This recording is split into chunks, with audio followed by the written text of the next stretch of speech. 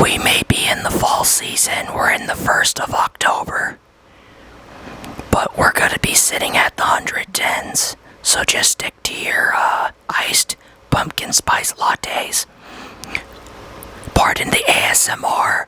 By the way, by the time I'm recording this, it's October 1st of 2024. Welcome, the Gamer Man's Lounge. Awaken to play.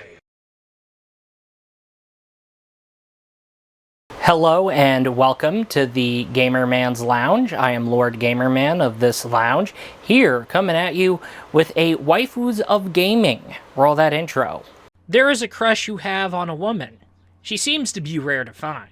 How do you find her? Load up a specific software on the cart, disk, or storage. You load your save or you go to the character select. You find her. She was who you fawn over. She only exists in the game world. She ain't real, but you wish she was. You look at the beauty. She got the thighs. She got them going boing boing. She got a nice looking curve. Well, she ain't real, but you wish she was. She is cute. She is hot. She is precious. Which one? Wait, she ain't real, but you wish she was. She's full of energy. Can offer a nice lap pillow experience, or she's looking fun to cuddle. Well, whatever. She ain't real, but you wish she was. And that said, let's get a look at that digital lady. Let's see why you love her. I'm curious. Is she fine? I know. Because she ain't real, but you wish she was. Anyway, welcome to the Waifus of Gaming. So let's go ahead and talk about art. When it comes to art and other creative works, okay, let's focus on art.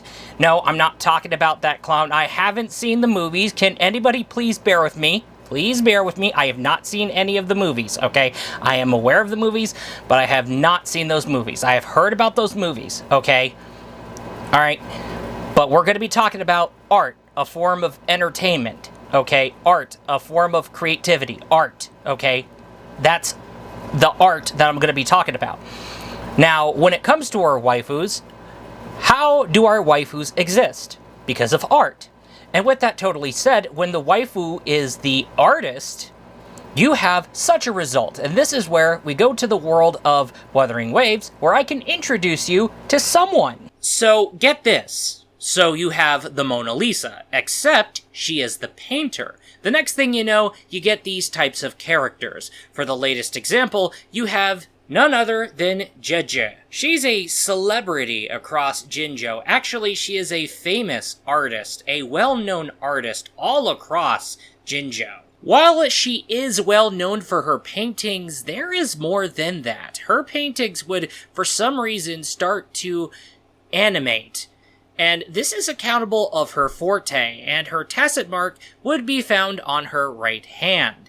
And this probably might be the suspect as to why. While she herself is a work of art, I will get into that in a bit, her skill set becomes highly artistic to fit in well with her designs and themes and her style. Moving on to her appeal, she is really huggable, but she really needs a hug. Almost forgot. She is very shy and not much good at communication skills. However, she can pretty much express through her paintings. But I do want to go ahead and get to the area of where she really needs a hug. Her parents are douchebags, and she has a family debt to deal with. The fact that she had to go through all that trouble throughout her life. It would be my pleasure to be the first to pamper her before she gets to pamper me.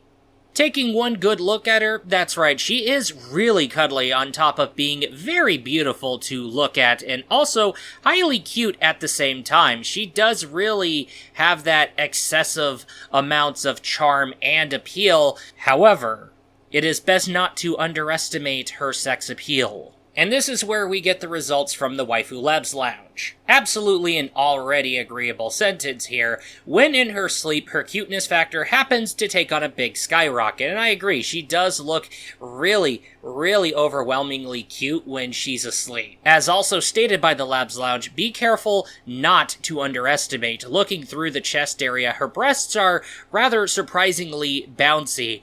And I pretty much did underestimated the design, the shape, and the size of her breasts. I will go ahead and say that.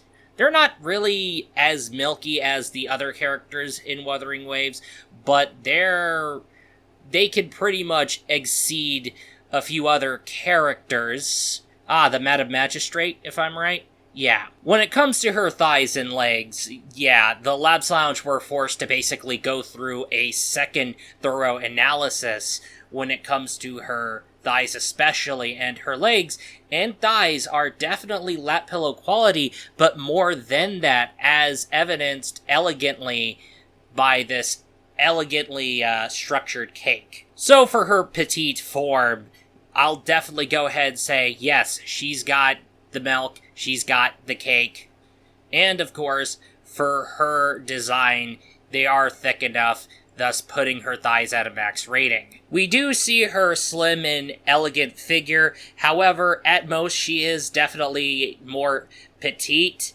However, her body carries more that pretty much surprises, and not only that, but also surpassed expectations. And this leads right into what I'm about to say. We had to look as multiple times as possible, and without a doubt, we were surprised. Even though her beauty and design would net her at max appeal in the first place anyway, I had to say her thighs are really thick for her design. And yes, they could be lap pillow quality legs, but it's not just the elegance. Her legs are more capable than that.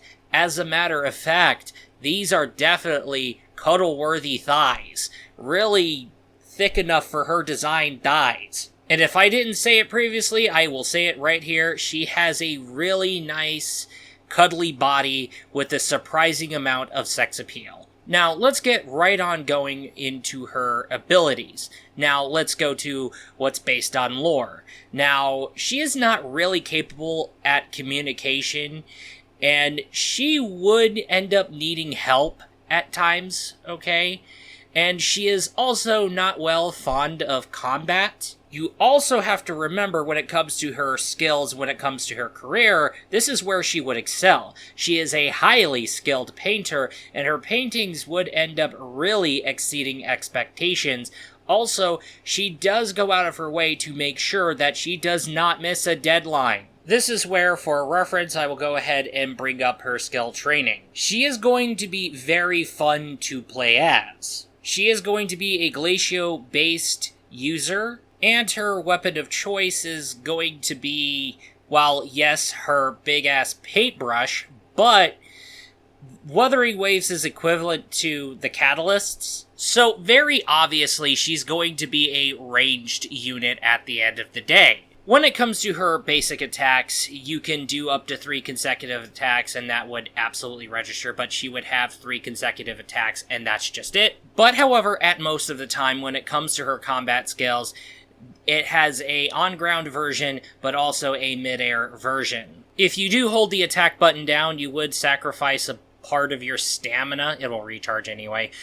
But you'll basically end up doing a huge big charge to that one little meter in the center. I'll get to that. But when it comes to her E button, which is going to be her resonance skill, it's going to end up becoming more than that. So if you were to just press the E button, like what I'm about to do right now, she would just release this. But wait a minute, what happens when you hold it down? But hold your horses right there, pal. Remember that meter in the center? Yeah, that's her forte gauge. And when that's full, that's where the E button becomes more effective. You press that resonance scale button, and then you basically chain it with a basic attack. You'll basically get all 3 nodes where she can basically teleport to. And when all 3 nodes ends up getting used up, this is where she basically ends off with an extra attack. So as long as you end up remembering to press or hold that basic attack button the very minute you activate that E, or let's just say you forgot to do so, it's never too late. So when she teleports to her first node, you do have that chance to basically send that 3rd node to be activated, okay? But if you already teleported to a node, you have to basically make sure you hold that basic attack button down to summon that 3rd node. just in case, just to be safe. Actually, as a matter of fact, I just tested it right now. You have to really hold that attack button down, so yeah. Now, her skills at most have a mid-air version, so if you want to basically do this in mid-air, you just hold the E button down and then do the chain attacks. When it comes to her ultimate, she sends a series of hummingbirds. Yes, that's right, hummingbirds to fuck someone's day up in and off field. And all you need to do to activate them each time is to basically start wailing at the opponent, so yes. Now, the guides will basically say how she is a sub DPS, and I do see her as a sub DPS, but like I said, if she wants to fuck someone's day up with some extra help, okay, but if she wants to basically tag team with, say, I almost messed up a pronunciation of a character name. Yeah, I think it's Cheng Li. But whether she wants to basically paint someone's face in personally or basically tag team with friends, the ultimate is very useful at the end of the day, so don't underestimate it. Now, with that totally said, she is going to be really fun and really beneficial to have in your team. Absolutely the case. In terms of her charm, she really excels at that. This is really thanks to her cuteness. It is already that she is cuter when she is really sleeping, but she is really cute when she has her glasses on, so don't hate on her with glasses on. Her shyness is also really helping her case.